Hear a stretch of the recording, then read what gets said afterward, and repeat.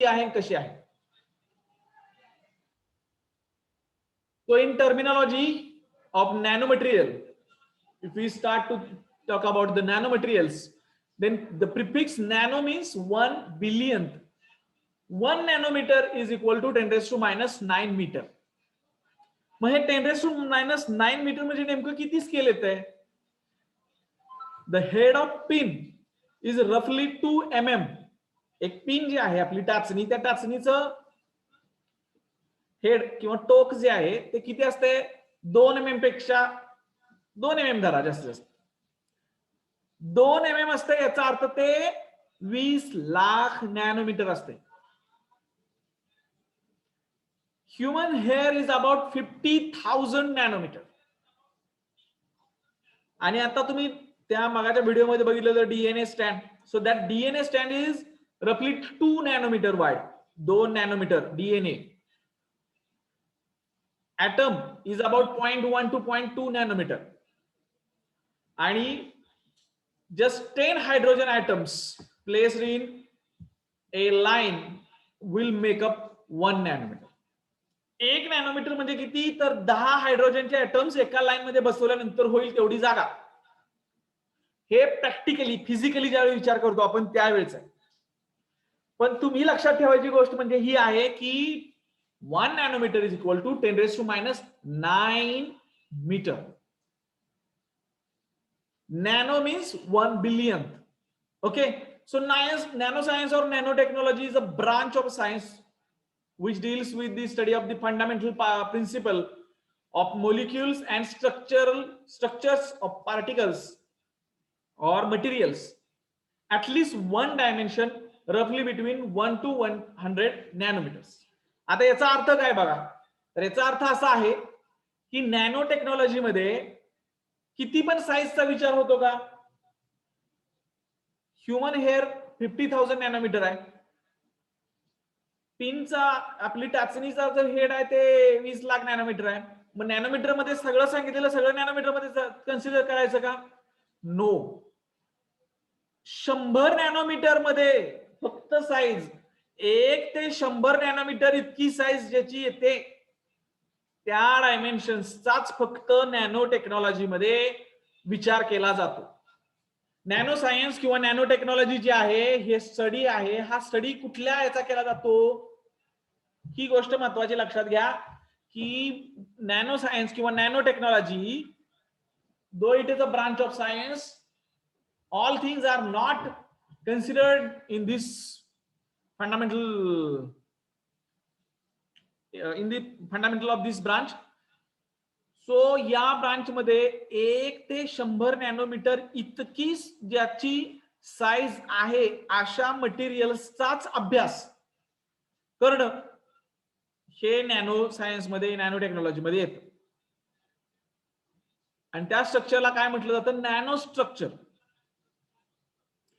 The substance or the material of the size may be called as a nano material. त्याला nano structure म्हणायचं किंवा nano material म्हणायचं. Nano टेक्नॉलॉजीचे जे principles आहेत, sorry applications जे आहेत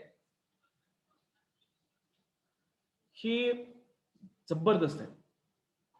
आपली ऍप्लिकेशन्स तुम्ही जर बघितली, आता सध्या तुम्ही जे 30 लोक या लेक्चरला जॉईन झालेले आहात ते 30 लोक या नॅनो टेक्नॉलॉजीच्या ऍप्लिकेशनचा आता फायदा घेत आहेत. आता तुम्ही म्हणाल नेमकं कसं, तर तुमच्या हातामध्ये असलेला जो मोबाईल आहे त्या मोबाईलची बॅटरी ही लिथियम बॅटरी जी आहे, it is deals with the nano materials. लक्षात घ्या, लिथियम बॅटरी, पूर्वीची बॅटरी जी आहे ती बॅटरी वेगळी होती, आता लिथियम आयन बॅटरी जी आहे ती बॅटरी वेगळी आहे. त्याच्यासाठी नॅनो टेक्नॉलॉजीचाच वापर केला जातो. लक्षात आले. सो आपण totally related with the nano technology. The term nano technology was defined by Tokyo science university professor Norio टॅनंगुची.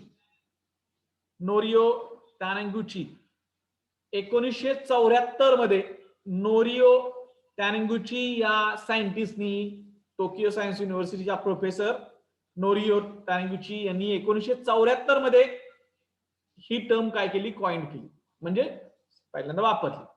Nano technology mainly consist of processing, separation, consolidation and deformation of materials by one atom or one molecule. लक्षात घ्या, nano technology mainly consist of processing, okay, separation, separate करणं, consolidation और deformation, consolidation किंवा deformation of material by one atom और one molecule. लक्षात येते. So United state national science foundation defines nano science and nano technology as study that deals with the materials and systems having the following key operators.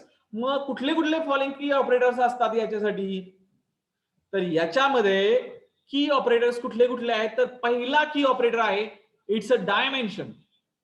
आता dimension म्हणजे तुम्हाला माहिती आहे 2D 3D 4D तुम्हाला माहिती आहे.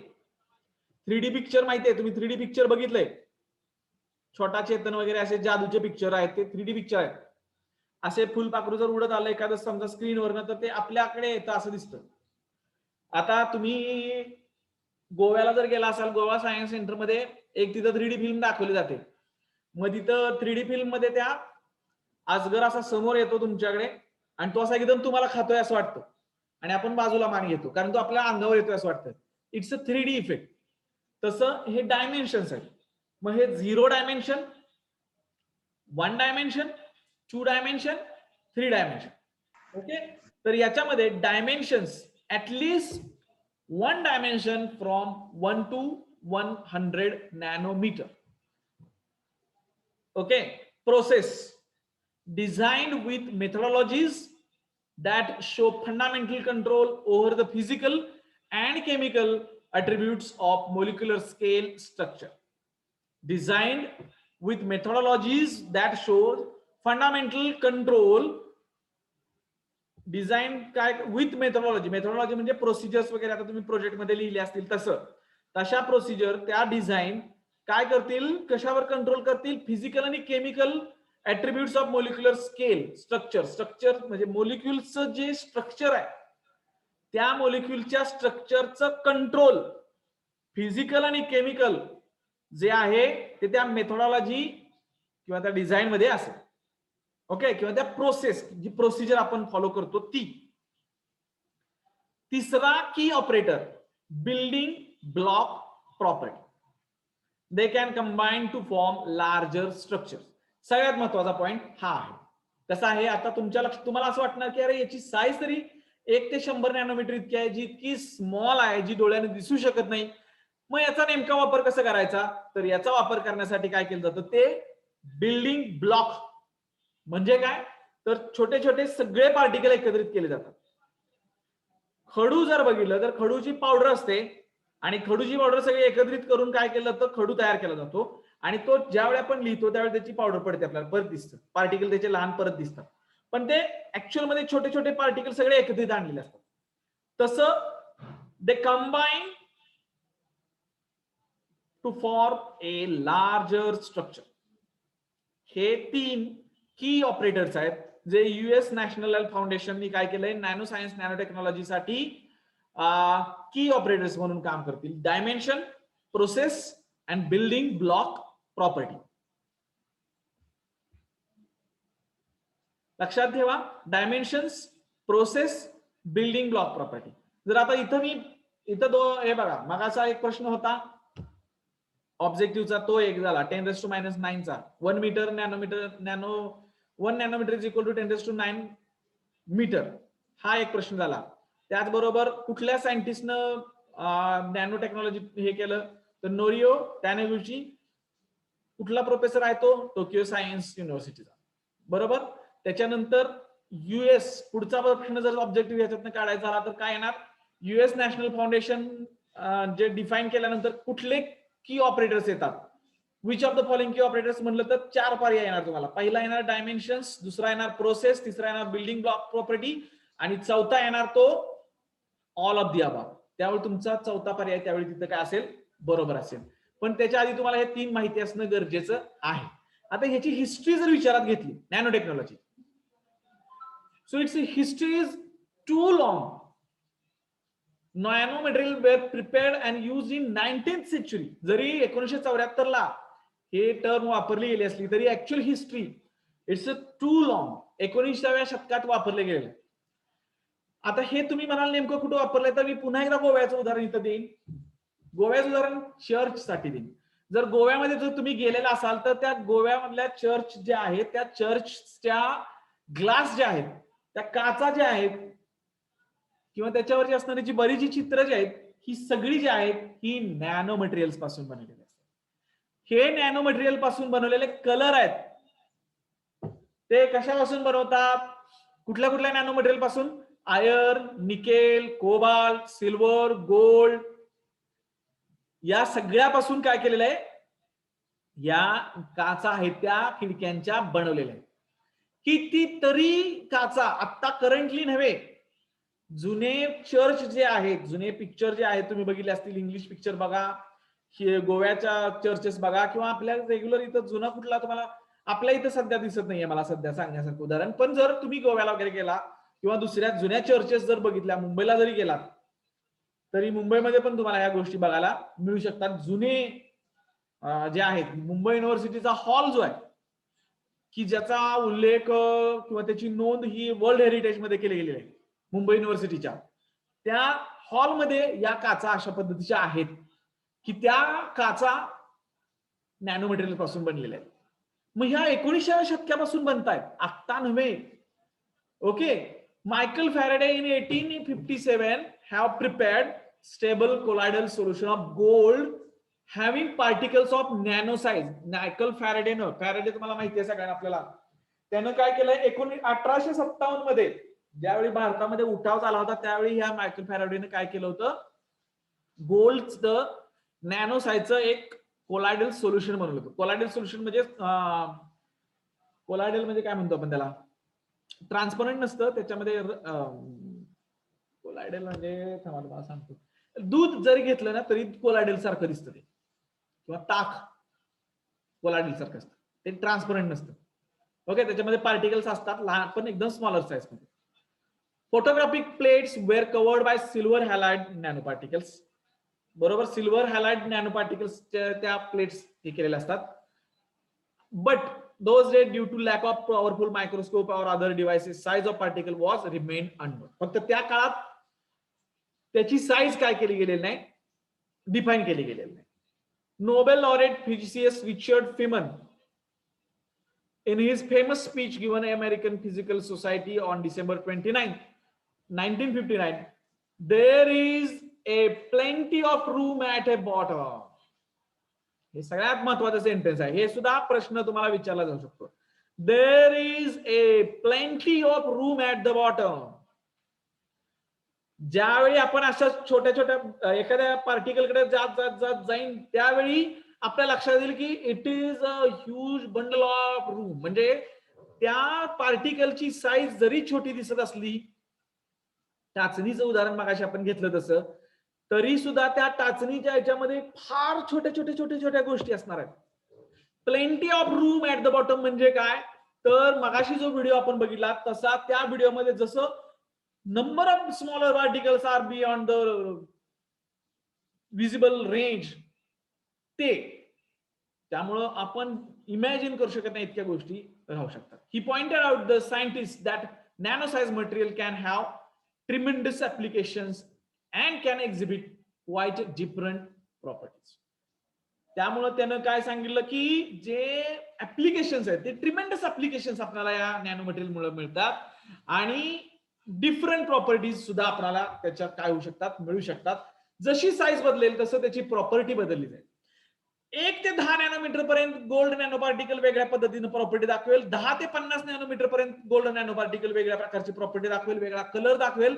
50 ते 100 नॅनोमीटर ज्यावेळी गोल्ड पार्टिकलची साईज असेल त्यावेळी त्या गोल्ड नॅनो पार्टिकलचा कलर वेगळा असेल, त्याचे ऍप्लिकेशन्स वेगळे असतील, त्याची प्रॉपर्टी वेगळी असतील, त्याची एकंदरीत अपीअरन्स सुद्धा वेगळा असेल.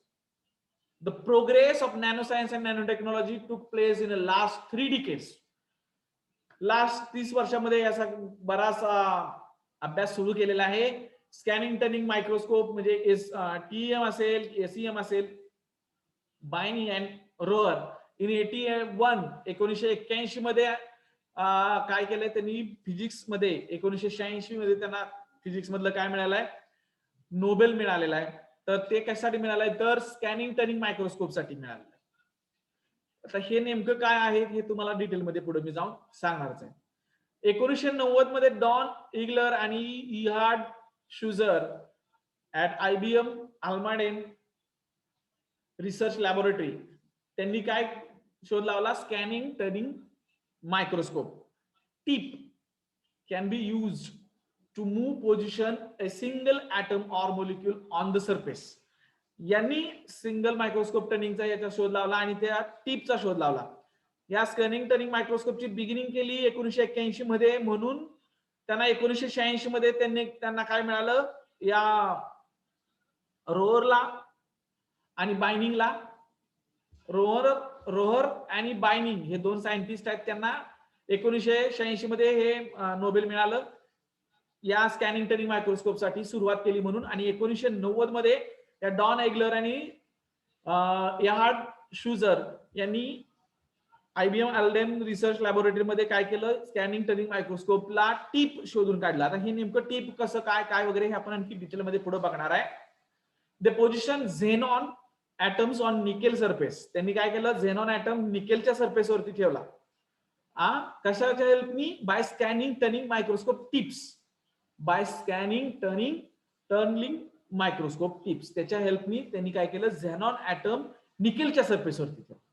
दिस was a milestone in advancement of science, prove that atomic manipulation is possible. त्यावरून लक्षात आलं की ऍटॉमिक मॅनिप्युलेशन काय आहे, पॉसिबल आहे. आणि हे कसं केलं त्यांनी, तर निकेलच्या सरफेस वरती झेनॉनचा ऍटम ठेवला. ऍटम लक्षात घ्या. इन 1985 ला कर्ल, क्रोटो आणि स्मॉली यांनी काय सिंथेसाइज केलं, 60 ऍटम कार्बन मॉलिक्यूल, आणि त्याला नाव दिलं फुलरिन. फुलरिनचं स्ट्रक्चर तुम्हाला मी दाखवेन. काही प्रोजेक्ट ज्यांनी केले त्यांनी सुद्धा ते फुलरिनचं स्ट्रक्चर बघितलेलं आहे.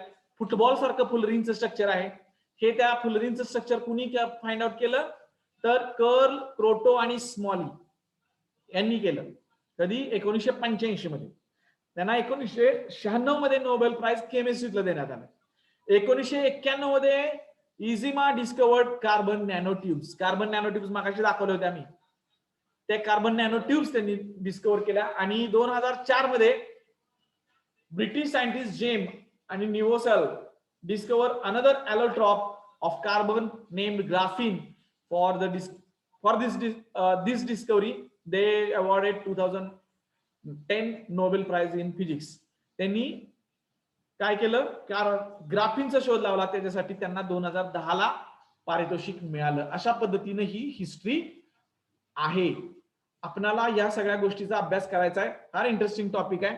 पुन्हा एकदा मी सांगेन, जे फोटोग्राफी कॉम्पिटिशनला आपल्याकडे असणारा कुठलाही निसर्गाचा फोटोग्राफी मधला फोटो तुम्ही अपलोड करा, तुम्हाला पार्टिसिपेशनचं सर्टिफिकेट लगेच मिळेल. एक कॅन्डिडेट 3 फोटो 3 ह्याच्यावरती पाठवू शकतो. एका कॅन्डिडेटला 3 फोटो जास्तीत जास्त पाठवता येतात. एकाच फॉर्म मध्ये पाठवायचे नाहीत, वेगवेगळे 3 फॉर्म भरायचे. 10 MB पेक्षा त्याची साईज छोटी असावी एका फोटोची. ओके, सो बेस्ट लक.